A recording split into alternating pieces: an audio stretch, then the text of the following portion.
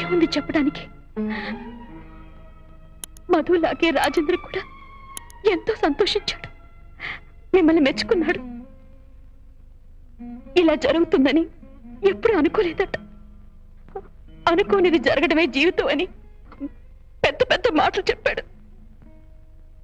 భార్యను అర్థం చేసుకున్న భర్త కనిపించే దేవుడని మిమ్మల్ని తెగ పొగిడేశాడు.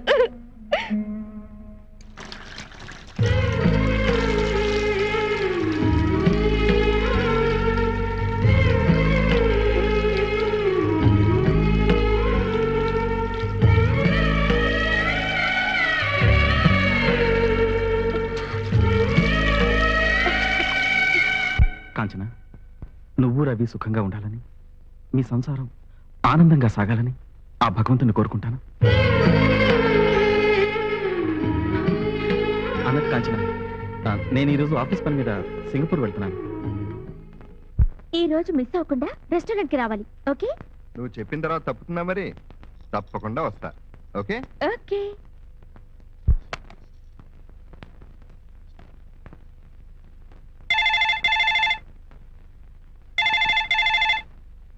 హలో. కాంచన, 10ంటికి రాజేంద్రన్ కలుస్తాను, నా గుర్తుందా? బయలుదేరుతున్నాను. ఈ లోపల మీ ఫోన్ వచ్చింది. నేను ఆఫీస్ కార్ పంపిస్తున్నాను, అందులో వెళ్ళు. కారు వద్దు, నేనే వెళ్తాను. లేదు, బయలుదేరిపోయింది, అందులోనే వెళ్ళు. సరేనా? బాయ్.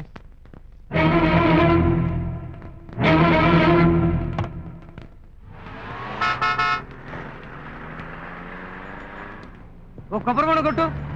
టైం ఏంటండి బాబు? ఏ టైం? టీవీ టైమా, రేడియో టైమా? 10 అయింది. 10 లేదు, 10 అయింది. ఈ అడ్డమైన వాళ్ళకి టైం ఒకటి చెప్పాలి. అరే కాంచన, ఇక్కడ ఉందేమిటి? మనకి పెళ్లిలో తగిలేడు. బాబు బాబు, ఇదిగో నాగార్జున గారు ఇల్లు ఎక్కడా? అయ్యో, జూబ్లీ హిల్స్ అయ్యా. జూబ్లీ హిల్సా? ఇప్పుడు మనం డైరెక్ట్ గా వెళ్ళామనుకో ఆయన ఇంట్లోకి, మాట్లాడొచ్చా ఆయనతోటి? గూర్ఖా పట్టుకుంటాడు. నేను అడుగుతున్నా కదా, పోనీ గోడ దూకి వెళ్ళామయ్యా, మాట్లాడా? కాళ్ళు ఇరుగుతాయి. ఇదిగో ఇప్పుడు పొద్దున్నే బయటకు వస్తుంటాడు కదా, వస్తుంటారు. కారుకి అడ్డంగా పడిపోయామనుకో, మాట్లాడా? బ్రేక్ వేయకపోతే చచ్చి ఊరుకుంటా.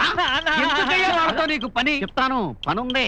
పోనీ వాళ్ళ నాన్నగారు ఉన్నారు కదా, ఉన్నారు. అక్కినేని నాగేశ్వరరావు గారు ఉన్నారు. నాగేశ్వరరావు గారు నేను క్లాస్మేట్ లో అంటానయ్యా, మాట్లాడా? అసలు వాళ్ళతో నీకు పనేమిటయ్యా? సినిమా ఏమైనా తీస్తున్నావా? మరేమిటి? సీక్రెట్. ఇక్కడే ఉండాలి. ఏమైపోయింది? ఎటు వెళ్ళిందబ్బా? కాంచన, కాఫీ తీసుకొస్తున్నానండి. చెల్లెమ్మా, వేడి వేడిగా ఒక కప్పు కాఫీ ఇచ్చి నా చేతి తాగించుకుని పుణ్యం కట్టుకోమ్మా. ముద్దుల ప్రియుడు, అల్లరి ప్రియుడు, బొంబాయి ప్రియుడు సినిమాలు తీశారు గాని కాఫీ ప్రియుడు అని ఎవరూ సినిమా తీయలేదమ్మా. ఎవరైనా కాఫీ మీద సినిమా తీస్తే బాగుంటుందమ్మా. అది ఎయిర్కార్డ్ లొకేషన్ అయితే బాగుంటుంది. అక్కడ కాఫీ గింజలు దొరుకుతాయి. కాఫీ గింజల రాగంతో ఆ సాంగ్ ఎవరైనా తీస్తే చాలా బాగుంటుందమ్మా. అవును, ఉడా పార్క్ వెళ్ళొచ్చావా? రాజేంద్రన్ కలిసావా? కలిశాను. సరిగ్గా 10 గంటలకు వచ్చాడు. 11 గంటల వరకు అక్కడే కూర్చున్నాం. 11 గంటల వరకు అక్కడే ఉందా? 10 గంటలు ఉడా పార్క్ దగ్గర చూశాను. ఈలోగా తొర్రేడు తొండంగాడు వచ్చాడు. వాడొచ్చి డిస్టర్బ్ చేశాడు. ఆ తర్వాత చూస్తే లేదు. మరి గంట సేపు ఉన్నానంటుందేమిటి? ఏమై ఉంటుంది? అక్కడే ఐస్ క్రీమ్ తింటూ కబుర్లు చెప్పుకున్నాం. అక్కడంటే ఎక్కడ? అదే ఉడా పార్క్ కొత్తగా ఓపెన్ చేశారు కదా, అక్కడే ఇనాగ్రేషన్ స్టోన్ మీద కూర్చున్నాం. ఇనాగరేషన్ స్టోనా? ఆ గట్టు మీద నేను కూర్చున్నానే. వాళ్ళిద్దరు కూర్చుని మాట్లాడుకుంటున్నానంటుందేమిటి? ఏమిటి ప్రక్రియ? అది సరే, నా సంగతి అడిగారు. మధు కబుర్లేంటి? ఏముంది, నిన్ను పొగట్టమే సరిపోయింది. కాంచన ఇంత మంచిది, అంత మంచిది. అన్నట్టు రేపు మధు బర్త్డే. మన నలుగురం రెస్టారెంట్ లో కలుద్దాం చెప్పమంది. మన నలుగురువా? నేను, మధు, నువ్వు, రాజేంద్ర. రాజేంద్ర మాత్రం తప్పకుండా తీసురా. అలాగే. ఏంట్రా కాఫీ వదిలేసావు? బాలేదా? కాఫీ బాగుంది, కాఫీ కప్పు బాగుంది. నాకే ఏమీ అర్థం కావటం లేదు. ఒకటే టెన్షన్, ప్రక్రియ. బయటకెళ్తే ఆ తిర్రేడు తొండంగాడు పట్టుకుంటాడు. చిరంజీవి ఇల్లెక్కడా, నాగార్జున ఇల్లెక్కడని చంపుతాడు. ఇక్కడ చూస్తే వీడేం మాట్లాడుతున్నారో అర్థం కాదు. ప్రక్రియ.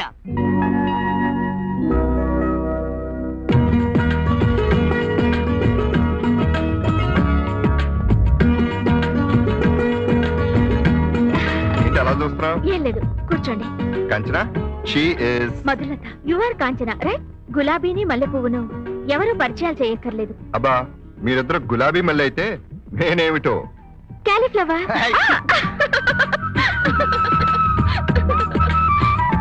మీ నవ్వు చాలా బాగుంది. అవును, రాజేంద్ర గారు రాలేదు? ఆఫీస్ నుంచి నేరుగా ఇక్కడికి వచ్చేస్తానన్నారు. కొన్ని రాజేంద్ర వచ్చే లోపల ఆర్డర్ ఇచ్చేద్దాం. మీరు చాలా అందంగా ఉన్నారు. మిమ్మల్ని చూశాక కాదని డిసైడ్ చేసుకున్నా. అవును, మీరిద్దరు అందగత్తులు, మరి నేనేమిటో. వయసులో ఉన్న ఆడపిల్లకు కోతి కూడా అందంగా ఉంటుంది. నిన్ను అచ్చం కోతిలాగా ఉన్నావు. అయ్యో ఆర్డర్ వచ్చేసింది, రాజేంద్ర ఇంకా రాలేదు. పాపం కాంచన ఫీల్ అవుతోంది. రవి, నువ్వు ఫోన్ చేసిరా. చేసేస్తా. మీరెందుకు? నేను వెళ్ళి ఫోన్ చేసి వస్తాను.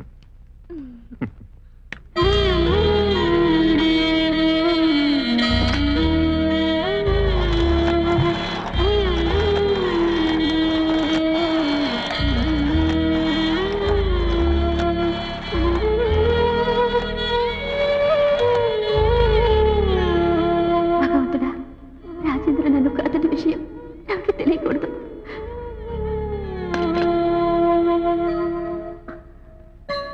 దొరికాడా? దొరకడం తప్పించుకోవడం అన్నీ అయిపోయాయి. ఈ మొగాళ్ళు ఎప్పుడు ఇంతే. ఏమైంది కాంచన? అర్జెంట్ పనుందట, బెంగళూరుకు వెళ్ళాలట. నిజంగానా? అంటే కాంచన అబద్ధం చెప్తోందనా? మీ మగాళ్ళకు మూతి మీద మీసాలున్నట్టే నోట్లో అబద్ధాలుంటాయి. ఆహా, ఏం స్టేట్మెంట్? హలో రవి, ఇంకో నెల రోజుల్లో నీకు కాంచనకి విడాకులు మంజూరు కావచ్చు. అలాగే బాబాయ్, ఉంటా.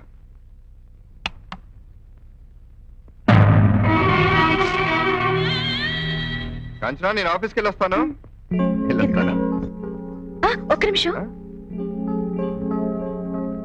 నిన్న తీసుకెళ్లిన బాక్స్ లో ఏమీ తినలేదు. ఈ రోజు మీకు ఇష్టమైనవన్నీ చేసి బాక్స్ లో సర్దాను. మిగలకుండా తినాలి. అలాగే, అవసరమైతే బాక్స్ కూడా తినేస్తాను. శ్రీమతి గారు, వెళ్ళొస్తాను. ఒకరికి ఒకరు అన్నీ అయ్యుంటూ ఎవరికి వారై ఉన్నామనుకుంటూ తెలియకుండా ముడిపడిపోతూ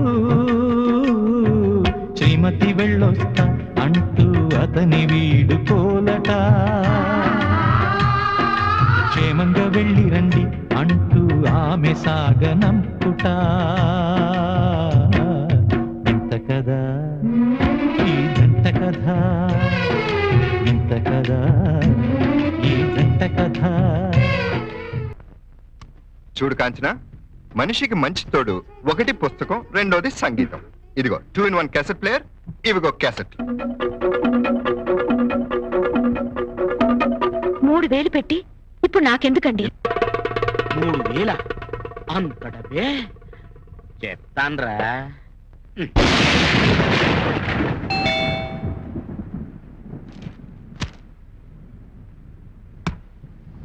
హలో, నువ్వా? రా, లోపలికి రా. దారిలో అనుకోకుండా వర్షం, సడన్ గా మీళ్లు కనిపించింది, వచ్చేసా. మంచి పని చేసావు. పాపం చూడండి ఎలా తడిసిపోయిందో. వర్షంలోనో కష్టాల్లోనో మనుషులు అప్పుడప్పుడు పడాల్సిందేలే. చూసావా కాంచనా, పాపం తడిసిందే. అయ్యో అని జాలి లేకుండా ఆయనకు అదో సరదా. పద పద, తల తుడుస్తాను, లేకపోతే జలుబు చేస్తుంది. ఏ బట్టలు బాగా తడిసిపోయాయి. అలాగా? నా ప్యాంటు షర్టు ఇవ్వనా? నా బట్టలున్నాయి, మీరు వెళ్ళి వేడి వేడిగా కాఫీ పట్టండి. నేనా? కాఫీయా? మగాళ్ళు అప్పుడప్పుడు వంట చేస్తేనే ఆడాళ్ళ కష్టాలు తెలుస్తాయి కదక్కా. అమ్మో, ఇద్దరు ఆడాలు ఒక చాటు చేరితే ప్రపంచ యుద్ధం వస్తుందంటారు. తప్పనా? చేస్తాను. Coffee ready.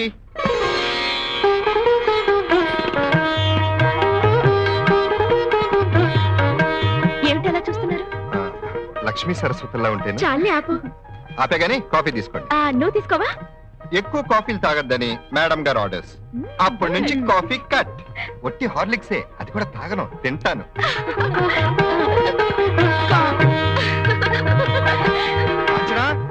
హార్లిక్స్ ఎక్కడ పెట్టావు, కనపట్లేదు. అక్కడే ఉందండి, చూడండి. సరే. ఆయన కంటే పసిపిల్లాడు నయమనుకో. పసిపిల్లాడా? అన్ని దగ్గరుండే చూసుకోవాలి. నిద్ర లేవగానే రాగి గ్లాస్ తో నీళ్లు ఇవ్వాలి. సరే. వాకింగ్ వెళ్ళటానికి షూస్ తుడిచి రెడీ చేయాలి. ఇంకా బాత్రూమ్ లో నీళ్లు, టవల్, సోపా అన్ని రెడీ చేయాలి. స్నానం చేస్తూనే టిఫిన్ రెడీనా అని కేకలు. ఆయిల్ లేకుండా టిఫిన్, ఇడ్లీ లాంటివి అన్నమాట. అప్పుడప్పుడు దొంగచాటుగా నెయ్యి వేసుకోవడానికి ట్రై చేస్తారు. జాగ్రత్తగా చూడాలి. ఆఫీస్కి వెళ్ళేటప్పుడు క్యారీ రెడీ చేసి కారు దాకా సాగనంపాలి. మర్చిపోయాను, నాన్ వెజిటేరియన్ ఇష్టపడరు, ఆకుకూరలతోటే భోజనం. మళ్ళీ లంచ్ టైంలో ఫోన్ చేసి ఫోన్ చేశారా లేదా అని ఆయన 1కి 10 సార్లు అడగాలి.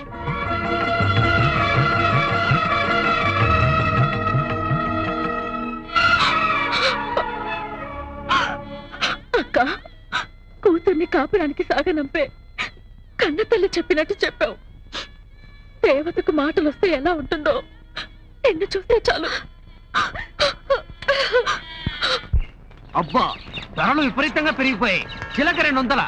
అయినా చిలక నీకెందుకురా? ఏదైనా గిఫ్ట్ ఇస్తావా? అది కాదురా, కాంచనకి చిలకంటే ఇష్టం, అందుకనే కొన్నా. రామాను చెనిక్కాయ పెట్టాను, రామాను చెనిక్కాయ పెట్టాను. ఓహో, నీకు వలవడం రాదు కదూ? నువ్వు బయటికి రా, నేను వలిచి పెడతాను. అరే, ఎగిరిపోయిందే. ఏంటి ఎగిరిపోయిందా? ఎంత పని చేశారా? మరేం పర్లేదు, అక్కడ చెనిక్కాయల మీద కూర్చుంది, మనం వెళ్ళి తెచ్చుకుందాం దా. అబ్బా, ఆహా,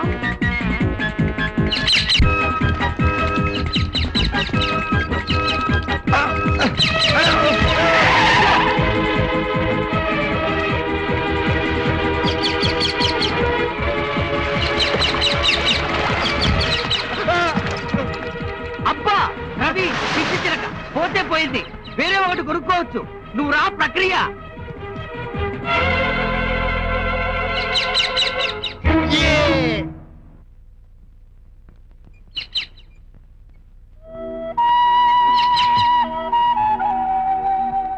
చూసావా, నీకోసం ఏం తెచ్చాను? ఏమిటండి ఈ దెబ్బలేమిటి?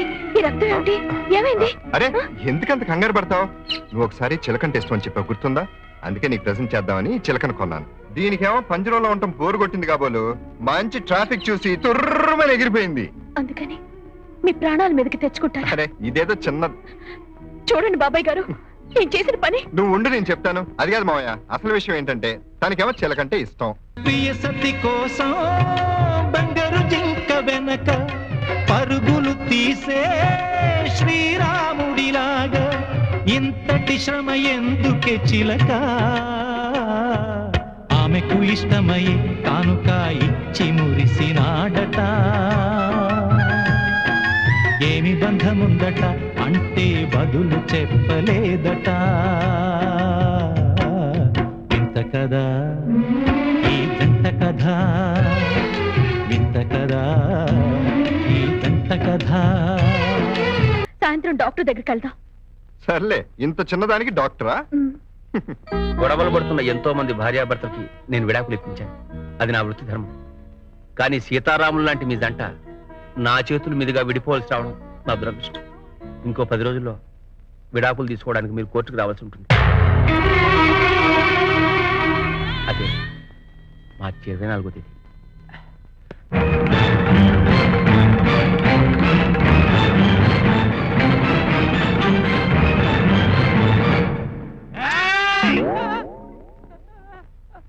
ఏం చెప్పడానికి వచ్చావు?